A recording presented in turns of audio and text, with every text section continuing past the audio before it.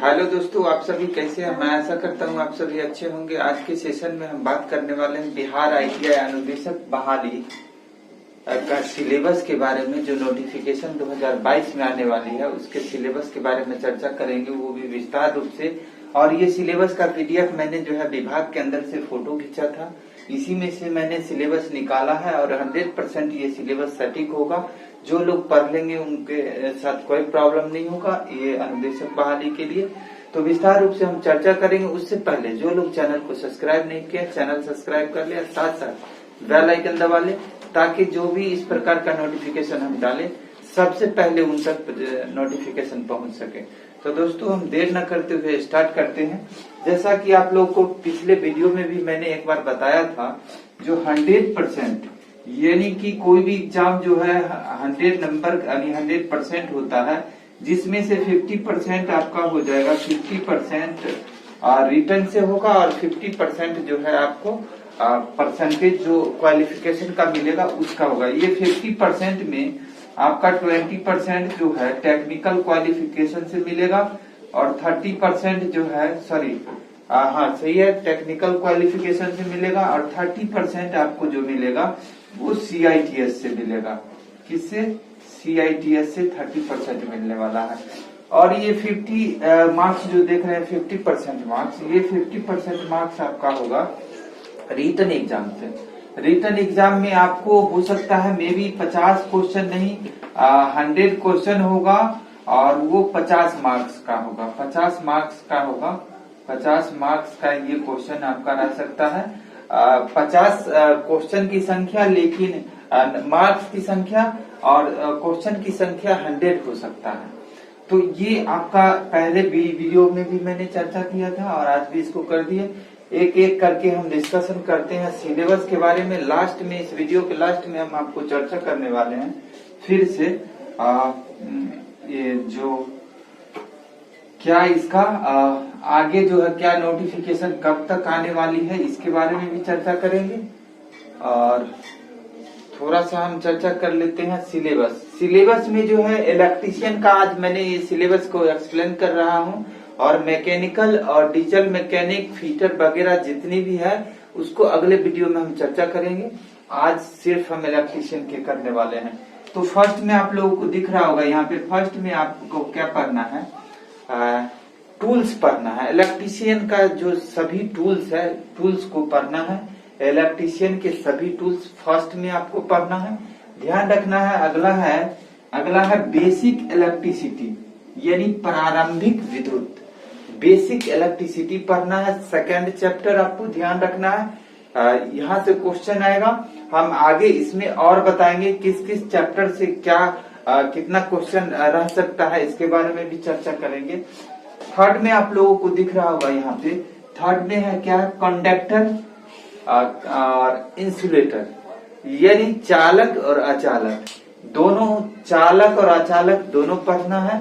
आगे आपको दिख रहा होगा, आगे है DC थ्योरी। यहाँ पर DC थ्योरी आपको दिख रहा होगा। DC थ्योरी पूरा चैप्टर आपको देखना है, ये बड़ी इंपॉर्टेंट है ये भी। और आगे बात करेंगे electrochemical effect and chemical cell यानी कि बैटरी के बारे में भी पढ़ना है, इलेक्ट्रोकेमिकल इफेक्ट के बारे में पढ़ना है, ये अगला टॉपिक है।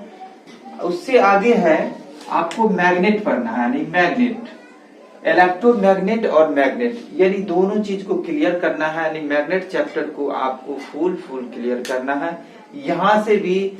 और सभी को पता है जी इसका रिलेशन जो है, सभी मशीन हो, ट्रांसफार्मर हो, मोटर हो, जनरेटर हो, तमाम जितनी है सभी जो है मैग्नेट पर आधारित होता है। तो मैग्नेट सबसे इम्पोर्टेंट है, मैग्नेट तो पढ़ना ही है सभी लोगों को। और साथ साथ आगे पढ़ना है, आगे है DC जनरेटर।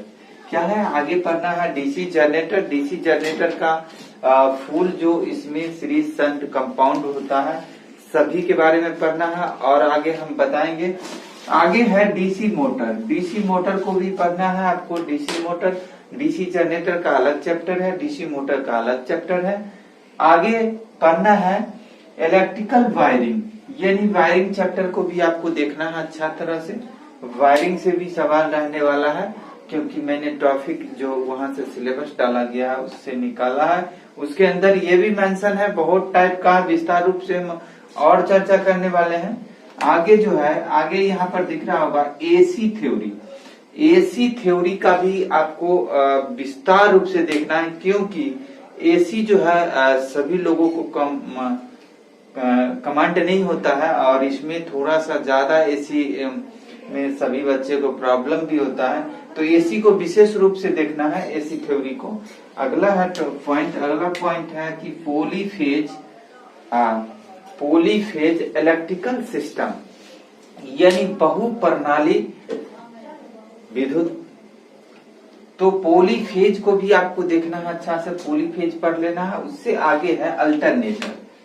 अल्टरनेटर को भी देखना है, अल्टरनेटर अच्छा से आपको पढ़ना पड़ेगा। आगे है, उससे आगे है ट्रांसफार्मर। ट्रांसफार्मर चैप्टर को भी पूरा पढ़ना है। उसके बाद है three phase AC motor. Three phase AC motor है। उसके बाद है आगे आपको पढ़ना है single phase AC motor. Single phase AC motor भी पढ़ना है। आगे है सिंक्रोनस मोटर, यानी सिंक्रोनस मोटर को भी पूरा पढ़ना है। ये भी बहुत इंपॉर्टेंट है, इससे ज्यादा सवाल होते हैं। आगे है आपका इलेक्ट्रिकल मेजरिंग इंस्ट्रूमेंट, यानी कि जो स्टेबलाइजर हो गया, मल्टीमीटर हो गया, फ्रीक्वेंसी मीटर हो गया, पावर फैक्टर मीटर हो गया, ये तमाम जो इंस्ट्रूमेंट है इसके अंदर आता है, जो इलेक्ट्रिकल मेजरिंग इंस्ट्रूमेंट के अंदर। तो इसको पढ़ना है, इलेक्ट्रिकल मेजरिंग इंस्ट्रूमेंट, ये चैप्टर को भी पढ़ना है पूरा। आगे हम बात करेंगे इल्यूमिनेशन, यानी प्रदीप्ति, प्रकाश, यानी कि इसके बारे में इल्यूमिनेशन भी आपको पढ़ना है अच्छा से। आगे आपको पढ़ना है वाइंडिंग, यानी सेमी क्लोज वाइंडिंग जो होता है, मोटर जनरेटर सभी के अंदर जो वाइंडिंग किया जाता है, वो वाइंडिंग चैप्टर आपको पूरा से पढ़ना है। आगे पढ़ना है, आगे आपको कन्वर्टर, ये है कन्वर्टर। कन्वर्टर को भी अच्छा से आपको देखना है, ये चैप्टर को भी, कन्वर्टर भी अच्छा से पढ़ना है। आगे बात करेंगे ट्रांसमिशन एंड डिस्ट्रीब्यूशन, और साथ में इसका जो है electrical generation, transmission and distribution, यानी कि जहां पर जो है इलेक्ट्रिक का उत्पादन होता है, जनरेशन होता है, वो पढ़ना है आपको।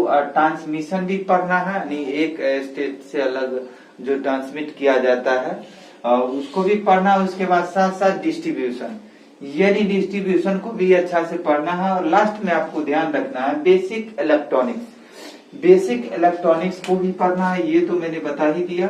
और ये है बेसिक इलेक्ट्रॉनिक्स। बेसिक इलेक्ट्रॉनिक्स में जो डिजिटल है, डिजिटल को भी देखना है। और जो बेसिक चीज है इलेक्ट्रिकल वाले के लिए, वो बेसिक इलेक्ट्रॉनिक्स पढ़ना है। हालांकि अभी डीपली भी यहाँ से क्वेश्चन दिया जाता है, बेसिक नहीं डीपली भी होता है, तो इस बात को ध्यान रखिएगा। ये थोड़ा मैंने कि जो पीडीएफ में से निकाल करके आप लोगों को जो है एकदम सटीक जो है सिलेबस बताया है। ये चैप्टर वाइज इतने सारे चैप्टर आप लोगों को कवर करना है। इतना चैप्टर अगर कवर कर लेते हैं आप, अच्छा से इसको पढ़ लेते हैं, तो किसी प्रकार का प्रॉब्लम नहीं होगा। अनुदेशक का जो पेपर आने वाला है, उस पेपर में आप अच्छा से सॉल्यूशन करके आ सकते हैं।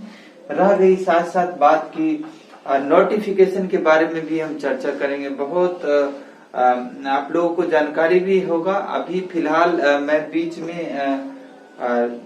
इस प्रकार का वीडियो लेके नहीं आ रहा था। मेरी तबीयत अभी खराब है, सभी लोगों को शायद पता भी होगा काफी। और मैंने सोचा कि वो टाइम अब आ गया है कि आपको एक बार अब पढ़ना पड़ेगा, क्योंकि इंटरनल हमारी बातचीत हुई है जो नोटिफिकेशन कब आने वाली है विभाग के अंदर। तो मैंने सोचा कि ये सभी लोगों को एक बार जो है मैं एक्टिव कर दूं, जो पढ़ना स्टार्ट कर देंगे सिलेबस। तो सिलेबस के साथ साथ जो है नोटिफिकेशन बहुत जल्द आपको दिसंबर तक देखने को मिल सकता है। उम्मीद है जो दिसंबर तक आपका नोटिफिकेशन आ जाएगा।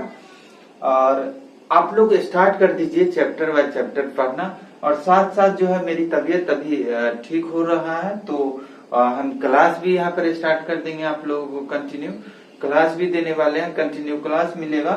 जो क्या क्या क्वेश्चन लेके आएंगे और थ्योरी का भी डिस्कशन करेंगे।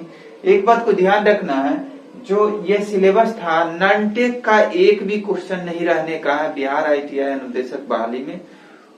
ओनली टेक्निकल क्वेश्चन होगा, ओनली फुल टेक्निकल क्वेश्चन होगा, नॉन-टेक इसके अंदर नहीं होगा। फिर से दोबारा रिपीट कर रहा हूं, टेक्निकल जो है 100 का 100% होगा, नॉन-टेक नहीं होगा। तो आप लोग ध्यान रखिए, इसको पढ़ना स्टार्ट कर दीजिए। और साथ साथ जो है हम अगले वीडियो में फिर आएंगे, इसके विस्तार रूप से चर्चा करेंगे इस पर। तो आज के लिए बस इतना ही, फिर मिलते हैं नेक्स्ट वीडियो में। तब तक के लिए ऑल द बेस्ट।